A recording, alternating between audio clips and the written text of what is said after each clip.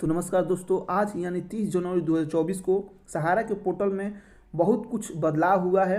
Deficiency से लेकर के पोर्टल तक बदलाव किया गया है, कुछ नया अपडेट दिया गया है जो आप लोग को हम इस वीडियो में बताने वाले हैं कि पोर्टल में क्या बदलाव हुआ है। इसके बाद आप लोग डिफिशियंसी में किस तरह से बदलाव किया गया है, सारा डिटेल इस वीडियो में हम आप लोग को दिखाने वाले हैं और सारा डिटेल से आप लोग को बताने वाले भी हैं। तो आप मेरे चैनल पर नए हैं, चैनल को सब्सक्राइब करके जुड़ जाइए और एक वीडियो के लिए लाइक कर दीजिए ताकि आगे भी सहारा से जो रिलेटेड अपडेट आए सबसे पहले आप लोग को इसी चैनल के माध्यम से मिलता रहे।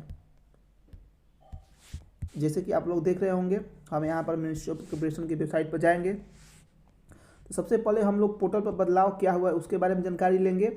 इसके बाद डिफिशियंसी में किस तरह से बदलाव किया गया है, क्या नया नोटिफिकेशन द्वारा दिखाया जा रहा है, वो भी हम आप लोगों को दिखाएंगे।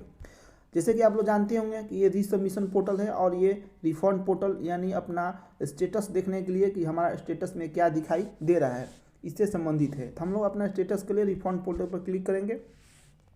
इसके बाद हम अपना डिपॉजिटर लॉगिन करेंगे। यहाँ पर भी जैसे कि आप लोग देख रहे होंगे डिपॉजिटर लॉगिन यानी अपना डिफिशियंसी स्टेटस देखेंगे, अपना क्लेम स्टेटस। ये है रिसबमिशन लॉगिन यानी आप लोग को रिसबमिशन करने की, हमको अपना स्टेटस में देखना है। स्टेटस में गए, सबसे बड़ा पहला बदलाव यहीं पर दिखाई दे रहा है जैसे कि आप लोग देख रहे होंगे।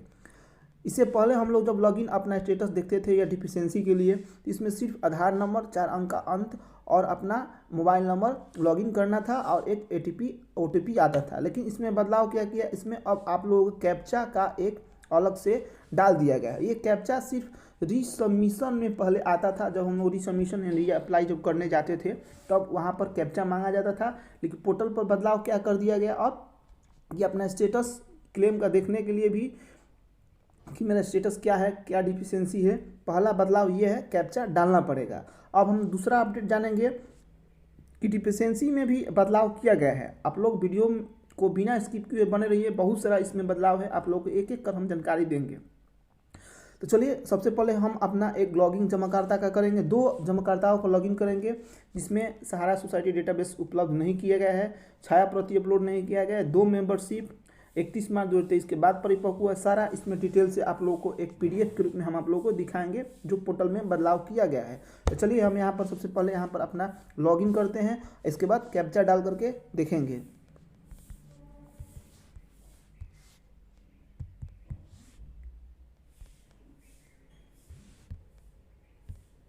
बदलाव हुआ है जिसका हमने अपना कैप्चा डाल दिया मोबाइल OTP डालने के बाद। बदलाव ये है दूसरा अपडेट कि पहले जो था सिर्फ 1 मिनट यानी 60 सेकंड ही दिया जाता था टाइमिंग पीरियड के लिए, मतलब 1 मिनट के अंदर आपने अपना लॉगिन OTP नहीं डाला तो आपका जो है कि लॉग आउट हो जाता था, फिर से इसमें देना पड़ता था। लेकिन अब यहाँ पर देखिए टाइमिंग बढ़ा करके 5 मिनट कर दिया गया है, यानी 4.5 मिनट से ऊपर हमने 30 सेकंड बोलने में लग गया कि अब इसका टाइमिंग बढ़ा दिया गया है। 4 मिनट 4.5 मिनट के ऊपर टाइमिंग कर दिया गया है, यानी अब आराम से आप लोग OTP के लिए समस्या नहीं होता था। पहले तो किसी से OTP लेने में समस्या होती थी तो टाइमिंग ख़त्म हो जाता था, अब टाइमिंग इसको बढ़ा दिया गया है। चलिए हम यहाँ पर लॉगिन करेंगे, देखेंगे डिफिशियंसी में क्या बदलाव किया गया है। देखिए ऑलरेडी हम अपना लॉगिन एक जमाकर्ता का कर दिए हैं। हम आप लोगों को 2 जमाकर्ताओं को दिखाएंगे लॉगिन करके अलग अलग डिफिशियंसी का सारा। अब तीसरा बदलाव, जब हम लोग लॉगिन करते हैं तो पहले जो था लॉगिन करने के बाद स्थिति यहाँ पर नहीं बताई जा रही थी, यानी यहाँ पर डिफिशियंसी का PDF अब आप लोगों को डाउनलोड करने को मिल जा रहा है कि अपना डिफिशियंसी फुल डिटेल्स देख लीजिए कि आपकी डिफिशियंसी में क्या है और क्या करना पड़ा। जबकि ये पहले से ये नहीं दिखाया जा रहा था PDF के रूप में, सिर्फ पहले कमी बताई जा रही थी, कमी बता करके आपको छोड़ दिया जा रहा था। लेकिन अब यहाँ पर PDF भी डाउनलोड किया जा रहा है। देखिए सबसे पहले हम आप लोगों को एक दो डिटेल देते हैं। जैसे कि एक जमाकर्ता इनका ही है, इसमें बताया गया कि सोसाइटी द्वारा सदस्यता फॉर्म अपलोड नहीं किया गया है। तो बहुत सारे लोग सस्पेंस थे क्या कि जब सोसाइटी द्वारा सदस्यता फॉर्म अपलोड नहीं किया गया है तो इसको हमको क्या करना है। तो आप लोगों को सबसे पहले यहाँ पर डिफिशियंसी कम्युनिकेशन में जाना है और आप लोगों को PDF डाउनलोड यहाँ से कर लेना है कि इसमें क्या है। तो चलिए इनका इस सोल्यूशन की जानकारी हम आप लोग देखेंगे। देखिए इनका हम PDF डाउनलोड कर लिए हैं। इनका जो था डिफिशियंसी की जमाकर्ता जो है कि द्वारा प्रस्तुत दावे विभिन्न स्तर पर जांच की गई है, उसमें निम्नलिखित कमी पाई गई है। क्या कमी है, सोसाइटी द्वारा सदस्यता फॉर्म अपलोड नहीं किया गया है। सोसाइटी ने सहारा द्वारा अभी तक आपका अपलोड नहीं किया गया है। इसके बारे में करना क्या है कि आप लोग देखिए यहाँ पर बताया जा रहा है कि जमाकर्ता को सलाह दी जाती है कि वह अपने दावा पत्र में पाई गई उपरोक्त कमियों को सुधारें और उपरोक्त लिखित कमियों सुधार के बावजूद आवश्यक दस्तावेज के साथ पोर्टल के माध्यम से फिर से आवेदन करें। यहाँ पर बता दिया गया है कि आपको फिर से आवेदन करना है। जैसे कि हमने कल आप लोगों को एक वीडियो डाला था कॉल रिकॉर्डिंग, जिसमें सहारा के जो अधिकारी थे उन्होंने बोला कि अगर आपका डिफिशियंसी आ गया है, कुछ भी डिफिशियंसी है, आपको रीसबमिशन करना ही होगा। हालांकि ये बात सच्चाई है कि अभी 20,000 से नीचे वाले क्लेम का ही डिफिशियंसी हो रहा है, ऊपर वाले को अभी वेट करना है। जिनका भी ऊपर का नीचे का क्लेम है 20,000 से नीचे, आप लोग इसको फिर से रीसबमिशन कर दीजिए।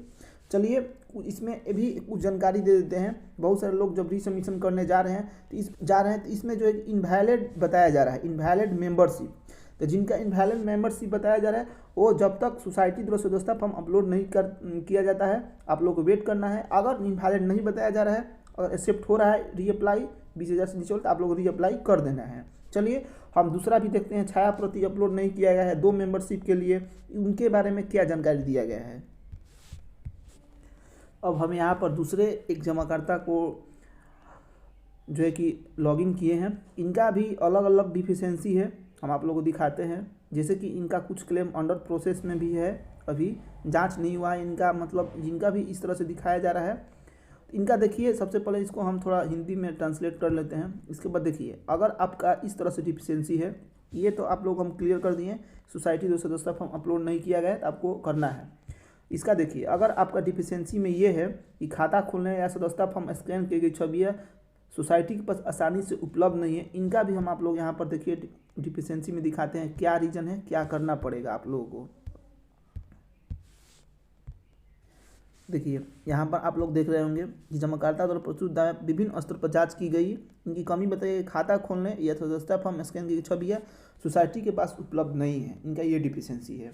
तो इनको भी बताया गया है कि जमाकर्ता को सलाह दी जाती है कि अपने दावे के पत्र में पाई गई उपरोक्त कमियों को सुधारे और ऊपर निम्नलिखित कमियों सुधार के बाद आवश्यक दस्तावेज के साथ पोर्टल के माध्यम से पुनः आवेदन करें। यानी इनका भी सेम कंडीशन है और आप लोग इस तरह से लिखा हुआ आ रहा है 20,000 से नीचे, तो आप लोगों को फिर से रीसबमिशन करना है। चलिए अब हम दूसरी डिफिशियंसी देखते हैं यहाँ पर, जिनका बताया जा रहा है, यहाँ पर आप लोग दिखा देते हैं।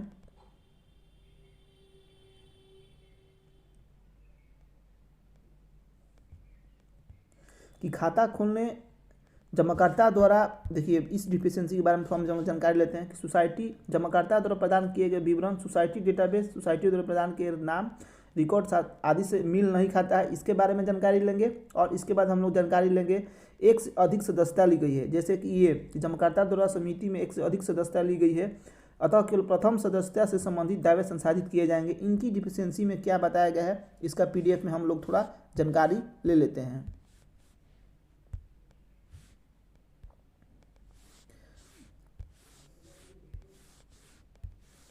देखिए इसमें बताया गया है, आप लोग जैसे कि देख रहे होंगे PDF में, कि जमाकर्ता द्वारा समिति में एक से अधिक सदस्यता ली गई है, केवल प्रथम सदस्यता से ही पैसा मिलेगा।